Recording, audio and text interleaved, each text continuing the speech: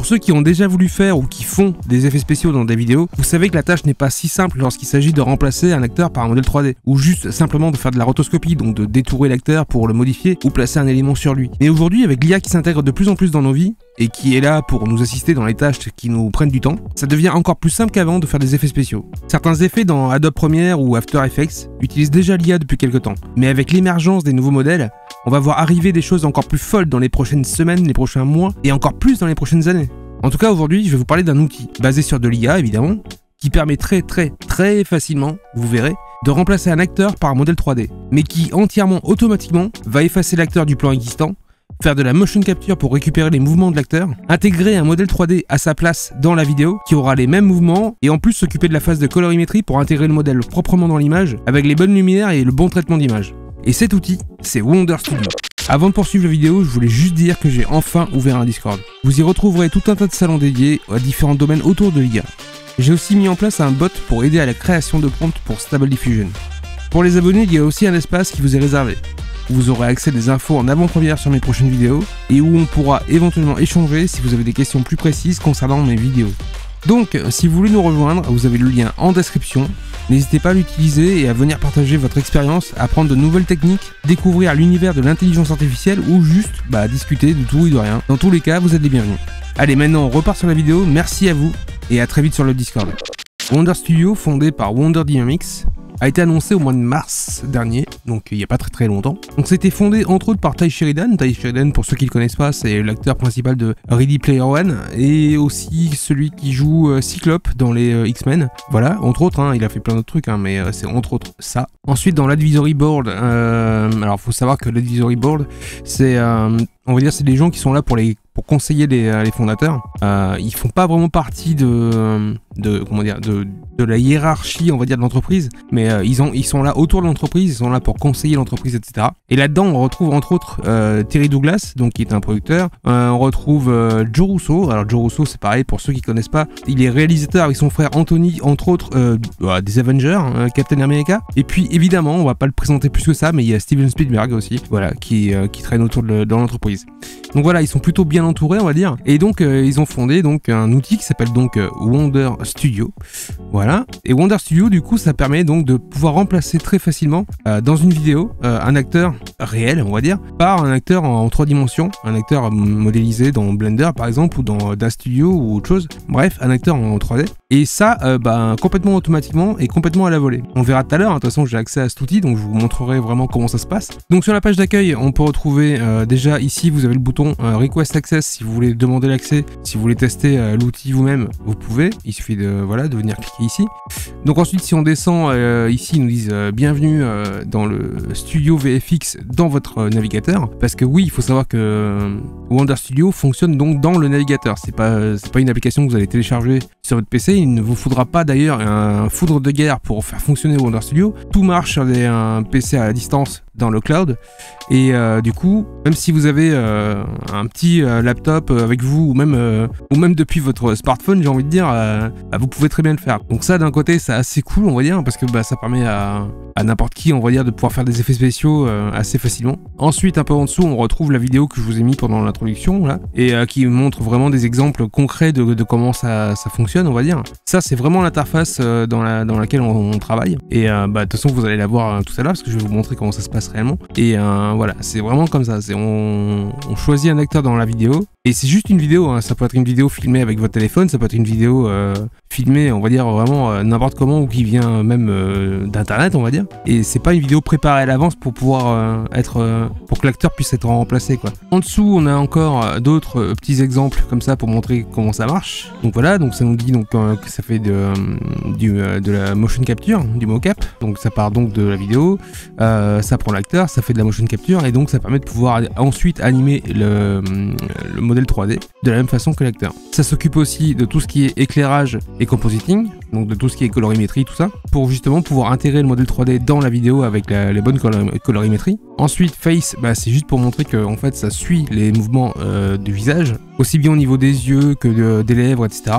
Re-ID, en fait, c'est leur système qui permet d'identifier facilement les acteurs dans la vidéo. Même si la vidéo change de plan, etc., normalement, le système reconnaît automatiquement l'acteur et va toujours identifier le même acteur tout au long de la vidéo. Ensuite, ça fait de la motion capture aussi au niveau des mains, ce qui permet donc de pouvoir animer le modèle 3D au niveau des mains toujours aussi parfaitement, on va dire. Et plus tard, parce que ça, pour l'instant, on peut pas encore le faire, mais plus tard, il y aura ce qui s'appelle de l'Advanced Retargeting, qui permet donc en gros de pouvoir modifier l'emplacement du modèle 3D, de pouvoir le remettre comme il faut à la bonne taille, etc.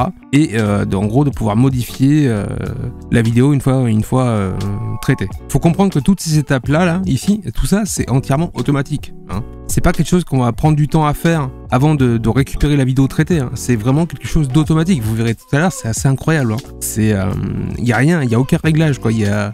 On ne dit pas au logiciel, tiens, l'acteur il est là, faut le découper de telle façon. Non, non, c'est entièrement détecté automatiquement. C'est assez dingue quoi. Ensuite, plus bas dans la page, on retrouve les différents éléments qu'on pourra récupérer depuis une vidéo une fois traitée. Donc on récupère les fichiers de motion capture pour pouvoir justement les intégrer dans un logiciel 3D ou même dans Unreal Engine ou autre chose quoi. Ensuite, Character Path, c'est le fichier où il y aura que le modèle 3D avec la bonne démarche, le bon éclairage, etc. Ensuite, on récupère donc le masque alpha. Le masque alpha, c'est ce qui va indiquer l'emplacement de l'acteur dans la vidéo et ce qu'il faudra découper en haut de la vidéo. On récupère le clean plate. Le clean plate, en gros, c'est la vidéo sans l'acteur, avec l'acteur totalement effacé de la vidéo. Et ça, encore une fois, je répète, mais ça, encore une fois, c'est automatique. C'est pas quelque chose qu'on indique comment faire ou quoi, ou qu'on doit faire à la main ou autre chose. C'est vraiment entièrement automatisé. On récupère aussi le fichier de tracking de caméra. Ça, c'est plus pour les logiciels de 3D ou pour Unreal Engine ou Blender. Ça permet de pouvoir indiquer l'emplacement de la caméra. Alors ça, à moins qu'il y ait eu une mise à jour très récemment, mais ça pour l'instant on peut pas encore le récupérer, on récupère pas l'info du tracking de caméra. Mais ça va venir, hein. Pour l'instant le logiciel est encore en alpha ou en bêta, je sais plus, mais voilà, ça va venir, c'est juste le temps qu'ils mettent ça en place quoi. On récupère le fichier Blender, et ça par contre on l'a, donc avec toute la scène qui va s'intégrer dans Blender, avec le modèle 3D, avec tout ce qu'il faut pour pouvoir modifier la scène comme on veut. Voilà, d'ailleurs il le montre très bien ici.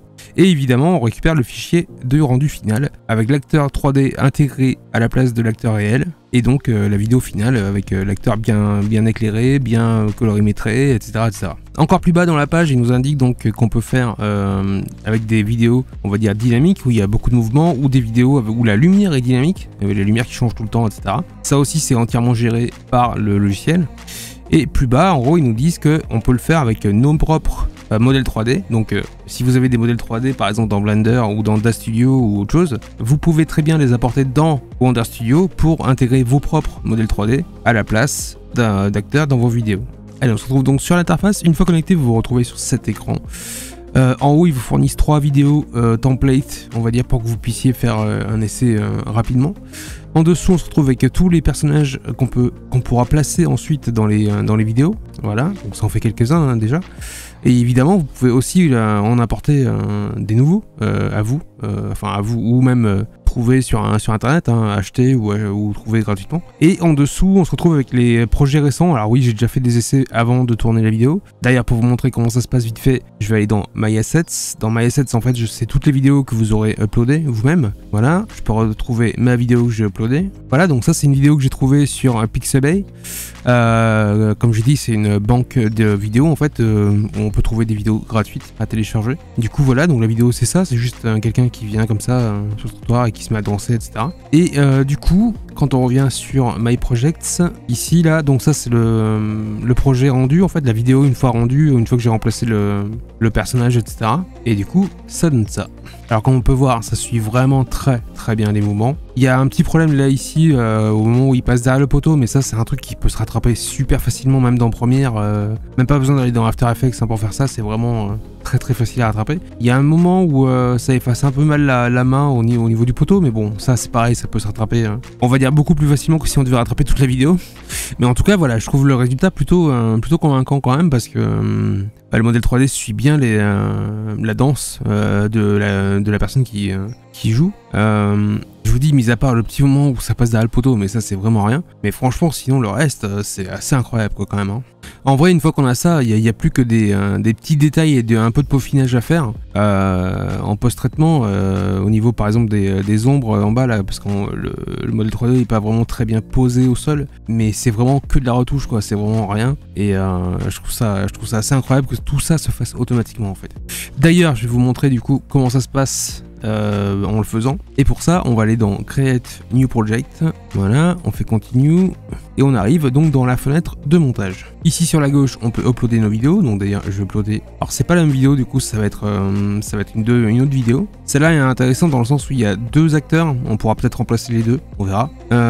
Du coup voilà, on va utiliser cette vidéo là, donc on la prend, on la place directement ici, elle s'upload et elle passe directement là. Une fois qu'elle est là, on la prend, on la met dans la barre de temps. Et donc là, ça marche vraiment comme un logiciel de montage. Hein. C'est-à-dire qu'on a la barre de temps, on peut avancer dans la vidéo. Sur une frame où il y a les deux acteurs, alors je vais avancer un peu là, par contre dans la vidéo. Et ici en haut, on fait Next. Parce qu'en gros, là, on était sur l'étape d'édition où on aurait pu, si on voulait, raccourcir la vidéo, on aurait pu travailler un peu sur la vidéo, mais là concrètement il n'y a pas besoin. Donc du coup on revient, parce que je croyais qu'il allait garder en mémoire l'emplacement, mais non. Donc du coup on revient là, je vais revenir un peu en arrière quand même. Voilà, on revient là, et ici ils nous disent, pour choisir l'acteur, en gros ils nous disent de scanner la frame en cours, c'est-à-dire l'image qui est actuellement à l'écran. Donc on va scan. Donc en fait ce qui se passe c'est qu'il va rechercher dans l'image des personnes en fait à scanner. Voilà, et là il nous a trouvé deux acteurs, celui-là et celui-là. Et donc là, bah, rien de plus facile, sur la droite ici, vous avez la liste de tous les acteurs qui sont disponibles. Et ici, même si vous voulez, vous pouvez donc uploader votre acteur à vous depuis un modèle 3D qui aurait été fait avec Blender ou avec Daz ou autre. Et donc par exemple, pour le premier acteur qui est ici, je vais prendre, je sais pas, n'importe quoi en fait, on s'en fout. Hein. Je vais prendre le robot comme ça, tiens. Voilà, on le prend, on le fait glisser directement sur l'acteur. Et pour le deuxième, je sais pas, je vais prendre celui-là là. Voilà, comme ça donc nos deux acteurs sont assignés, ils sont assignés à chaque personnage qui sont là, et ensuite ici on peut faire Next, et quand on fera Next en fait on arrivera donc sur cette page où il nous demande en quelle résolution on veut rendre l'image, donc enfin la vidéo, donc du coup ce sera du 720p en MP4, et ici en dessous il nous propose donc de pouvoir récupérer d'autres fichiers en plus de la vidéo, donc là je vais pas le faire parce que je l'ai déjà fait pour la première vidéo, mais ici en gros il nous propose qu'on puisse récupérer le mocap, le clean plate, l'alpha mask, etc., etc. Bref, voilà, tous les fichiers supplémentaires qu'on voudrait, c'est ici qu'il faudrait les cocher. Donc là, moi, je vais rester comme ça, en 720p, MP4, c'est parfait. Je vais faire Start, voilà. Et là, par contre, il nous dit...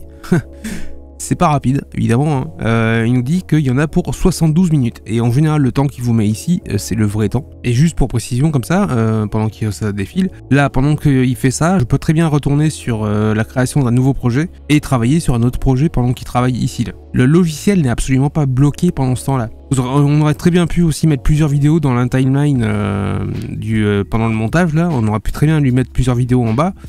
Et il aurait fait toutes les vidéos avec le même acteur par exemple. Donc voilà, on va le laisser travailler tranquille, il y en a pour 70 minutes, du coup bah, pour vous ça va durer une seconde, mais pour moi ça va durer 70 minutes. Du coup on se retrouve tout à l'heure. Ok, et donc je lui ai laissé un peu plus de temps que prévu parce que bah, j'avais des trucs à faire, du coup j'en ai profité. Et du coup on va regarder ensemble le résultat. Alors j'ai pas du tout regardé ce que ça donnait, hein. Déjà là sur la miniature ça a l'air pas mal. Mais du coup on va découvrir ça ensemble, c'est parti. Alors hop, lecture, go. Ah, alors ouais, ok. D'accord, c'est parti, c'est quand même pas mal. Ok, ouais, il y a eu un petit... Ok. Bon là ouais, c'est quand l'acteur passe derrière, là c'est ça fait un truc un peu bizarre, mais sinon c'est quand même bluffant, hein. Je suis désolé, mais putain, c'est... Là c'est vraiment que la vidéo qui a servi de support et tout est automatique encore une fois. Et vous avez vu, hein, c'est super simple, j'ai juste pris le modèle 3D, je l'ai collé sur la vidéo et c'est tout quoi.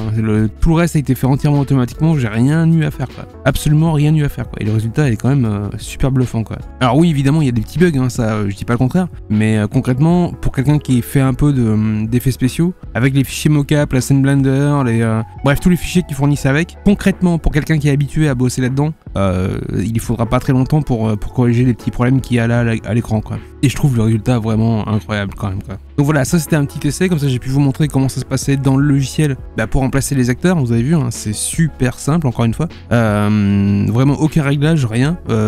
Ça se fait tout seul. Le travail en tâche de fond est assez phénoménal, puisque mine de rien... il y a du boulot pour en arriver là. Je vais vous montrer, ça c'est l'essai que j'avais fait aussi avec les templates là qui sont en haut là. Et du coup ça donne ça là, c'est celui-là. Alors voilà, on peut le lancer, hop. Voilà, et là c'est pareil, hein, c'est un acteur qui joue la scène. Et comme on peut voir, le modèle 3D est quand même super bien intégré. Hein. Au niveau de la lumière, là, au niveau de l'éclairage et tout, là, puis même la colorimétrie est respectée, tout est là, quoi. C'est incroyable. J'adore cet outil, quoi. Ça va tellement simplifier la vie d'énormément de gens qui travaillent dans les effets spéciaux et puis même dans le cinéma et tout ça. Quand cet outil sera un peu plus avancé, là, ce sera ouf, quoi. Vraiment littéralement ouf.